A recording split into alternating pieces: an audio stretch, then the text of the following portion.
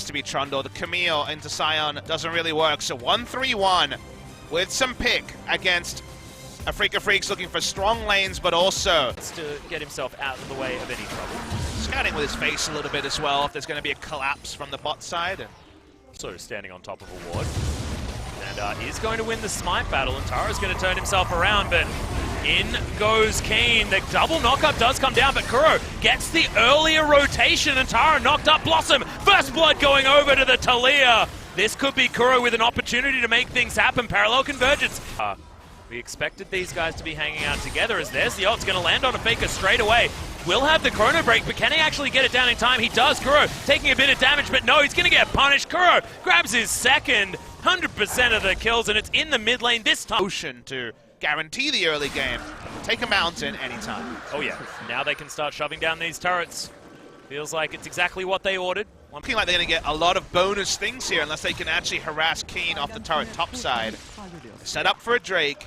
Well, what they decide to do, they could and to go through a Sion and get Afreeca the fallback Drake because they couldn't get primary objective of mid lane outer. That means that the Ocean will be. That's why they're still looking for picks, Blossom. Well, Spirit actually happy to take this one as Kuro's going to turn up. Faker trapped in there, doesn't want to phase dive over this wall, and Blossom's just going to get taken out. Kuro grabs his third of the game. Wolf now trying to run away. Tucson heads down, was trying to predict a flash.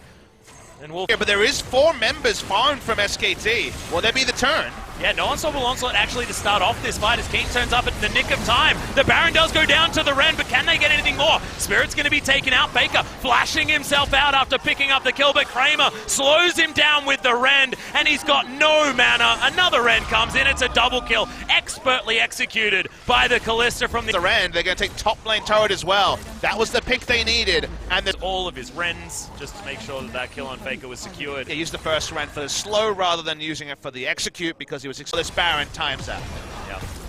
Lots of vision available here as well, so Faker was seen moving back in. Not the Predator though, can actually speed his way in. No, this inner turret will fall down, but no base broken as 10 seconds remains on the Baron buff, and Antara needs to be answered on the top side. I think everyone has something to talk about when it comes to SKT, because there will be people who see the result, see the fact that it's a freak again, and while SKT lost again, they're not a top team.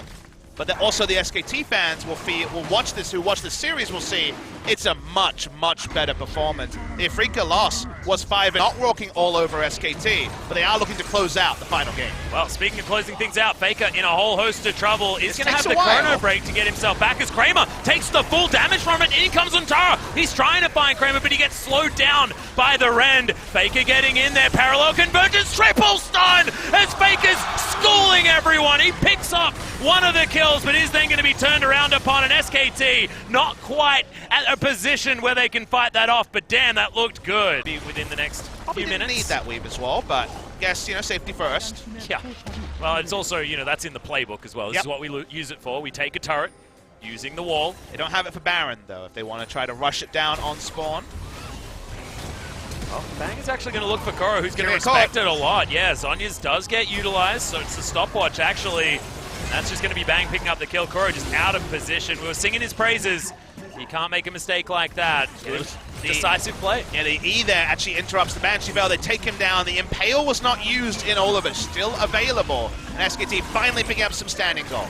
Yeah. They're going to take a lot here if Afreeca don't be rush. The lead. Yeah, exactly. That gold lead that Afreeca had is getting torn apart. 5.5k now. Afreeca can run out round really smartly. They wanted to try to defend the inner turret, but then they realized they'd be out of position for a Baron turn, so they were trying to choose between both objectives, and SKT get both, and now turn on the Baron. And this might have to be Afreeca giving it up. Yeah, a bit lazy on that Weaver's Wall that you mentioned earlier on. You can understand why it happened, but now the turn, the Impale actually used onto Keen just to get him out. Nice triple knockup from Tucson, though, as he gets the quickness. It's Faker! Fate's call comes down. Baker finds the backline, doesn't get the parallel convergence, as it's a good knockup as Bang gets exhausted. Keen doing the very best that he can with the decimating smash opportunity. Tucson, not too many options as far as getting back in with the health bar that low. And Keen will be the sacrificial lamb to this fight, but no Baron buff to be taken down, and Kuro down. This second Baron, well set up. Kuro's here. Yeah, Weaver's Wall actually going to lock Wolf out of this fight unless he can headbutt his way over. Spirit's turned up. It is going to be a 50-50 if they go for it. Kramer does have that Guardian Angel as well. Low health bars now on SKT as they're eating poke damage. You can see the difference it makes when they've got Kuro there to throw these Qs in. Try and at least soften the members of SKT. Permafrost comes down. Tucson actually going to engage on the Wolf, and he's going to be taken out. SKT a little bit too far behind, and now it's Afreeca with the opportunity. I believe that was another unstoppable onslaught as Keen is just going to yell at SKT. Tell them that this is going to be the Baron taken down, but man, that was very close to SKT, weaving their way back in to this game. And SKT continues tense though, and they'll be able to do some sick outplays. Yeah, and think about it, if this goes to the hyper late game and Bang's going to be in any of these fights, the transition... Minutes away. Yeah, this is going to be that 5th dragon to come in. Afreeca Freecs going to lock that one down. Kuro going to head back to... Well, Afreeca also looking to try and take down this turret. A much better Weaver's Wall to guarantee the breaking of the base on the bottom side of the map. SKT, not a lot of options there as far as getting their way in, and we've got Sion wanting to make this a 5v5. They want to guarantee the inhibitor. Blossom hanging around, doesn't find the E.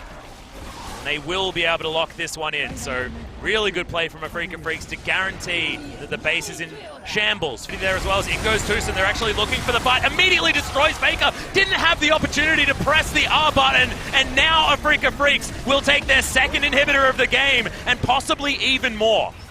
There's an outside chance of an end. Seismic shove hits, they do end. They'll back away. Faker dying with ult up means. Demolish Brock will secure this top inhibitor turret as well. Blossom is trying to get in there with the Righteous Glory, but not able to find anything at all for SKT's. Bang actually hit by that one. Has to be so careful. Uses everything to get out, heal included. It only gets better for them when top lane super minions do crash on the top.